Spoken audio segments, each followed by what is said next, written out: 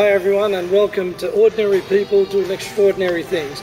Today I've got the very, very, very special privilege of meeting with a good friend of mine and one of my coaches, Emily Gower. So thank you, Emily. Thanks for being here, and I really appreciate it.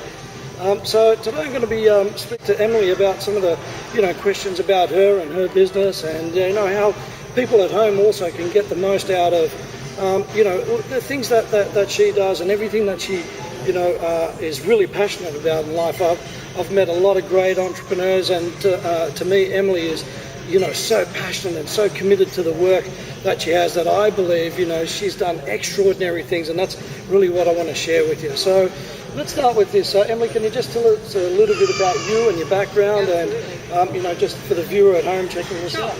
So I'm typically known as the word artist, as you would know that. Yep. So I'm known as the word artist. Primarily, I'm a best-selling author and a writer and a speaker, and I actually specialize in coaching entrepreneurs and professionals to write books for their brand. So that's kind of the essence of my business. That comes through live trainings, it's one-on-one consulting. But then on the other side of that, with my own content and my own books, I'm looking basically to inspire people to do what they love. Yeah. So, and can you tell the people watching this interview just a little bit about things that where you've come from, I suppose, that has led you up to where you are now? Sure. So my journey kind of began probably about 7 or 8 years ago. We're in 2013, and it was probably 2007 was probably my breakthrough moment, if you will.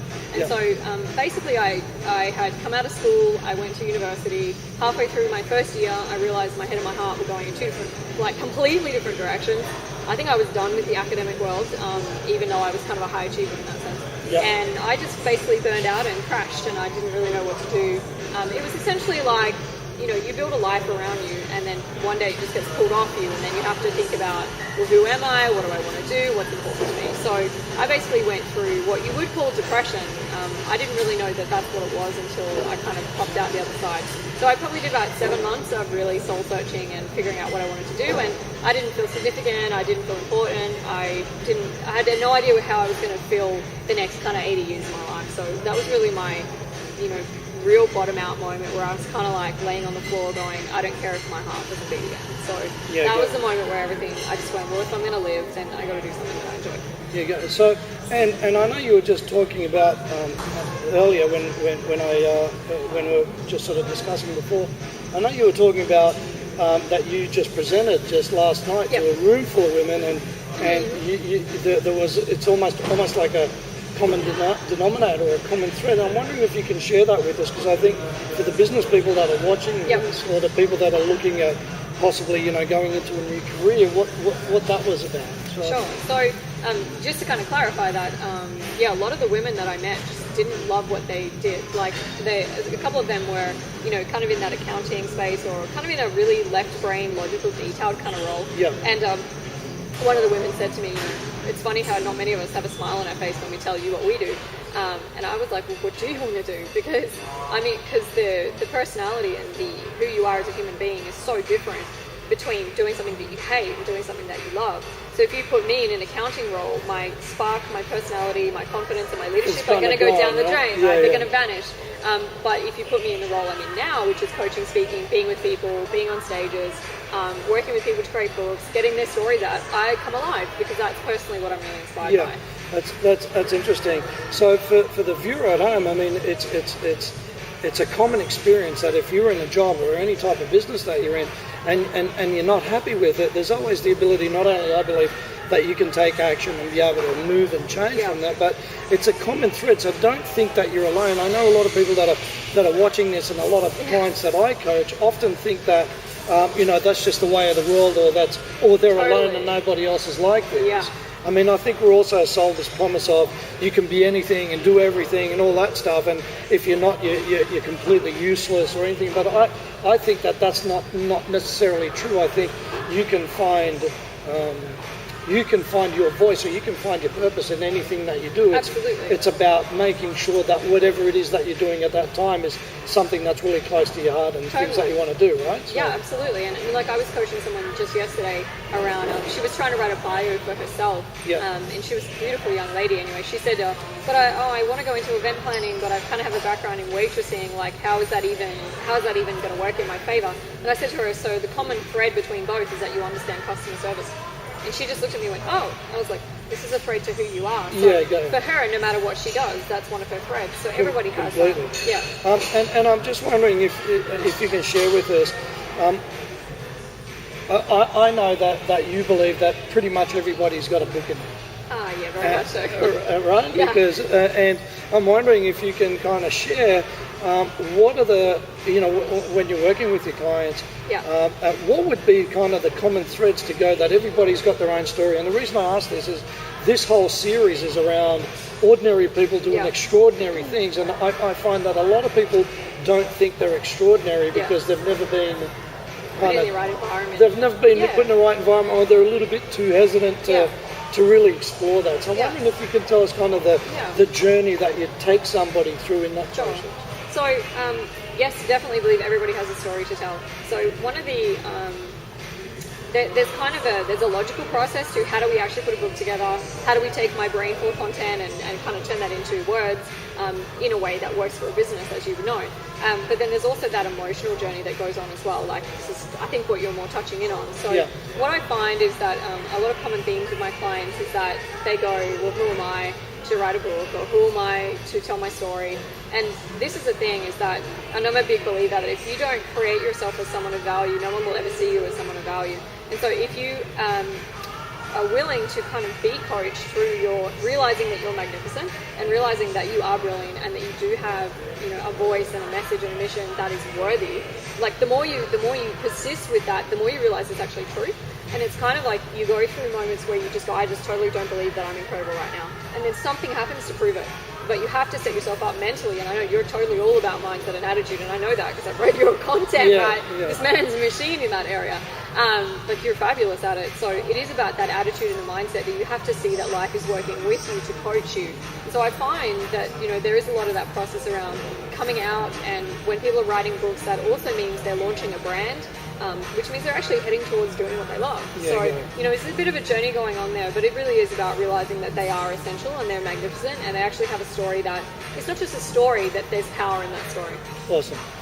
So it's interesting, before I started writing my book that Emily's been working with me on, I just never in 1,000 years would have thought that there's me as a writer, right? And it's interesting because I look at it from a perspective that I've never had really any levels of formal education, but it's one thing that I found even maybe complementary to the writing, and it was just that it's almost like a meditative process of writing. So for people out there that are, business owners, I want you to think about it, that it isn't always necessarily about, okay, well, I've got a book and, I can finish that, and it's almost this level of going in, which helps you kind of take a step back and see what not only what your passion is, but also gives you a whole ton of tools that you can implement into your business, because now you've just taken the time out and sat with it. I feel that's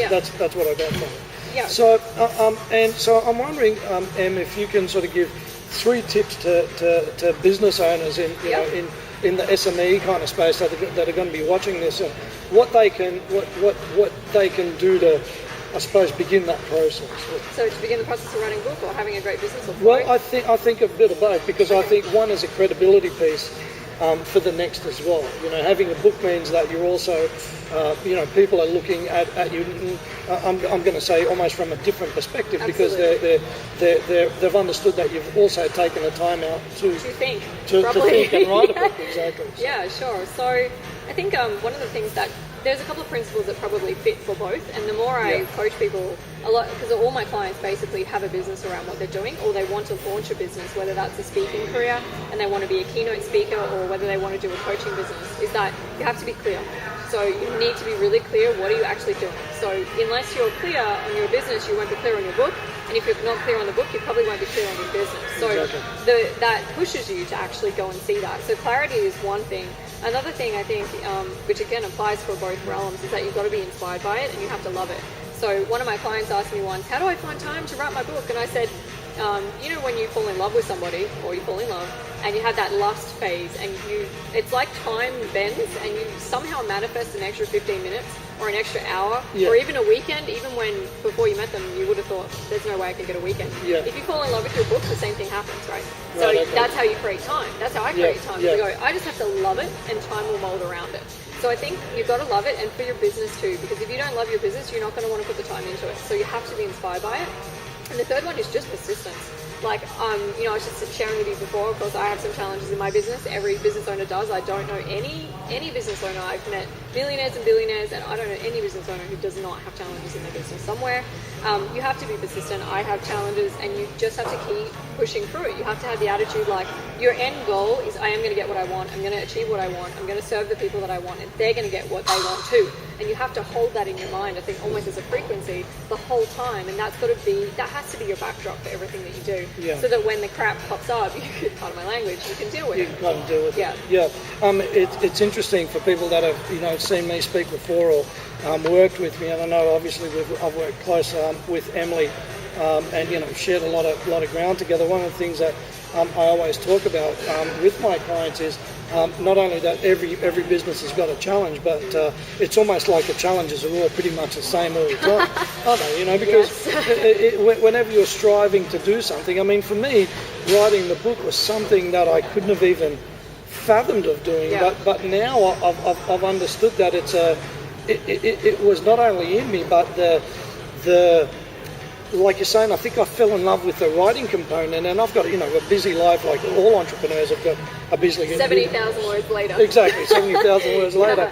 It's one of those things that we're getting clear about what I'm doing, and there's hiccups along the way, but if you can see the bigger picture within your business, it just makes life easier. Totally. So just to wrap this up, Emily, I'm just wondering if you can tell the audience where they can see you, get in touch with you, if you've got an offer that you'd like to share with people. Yeah, great. Go for it.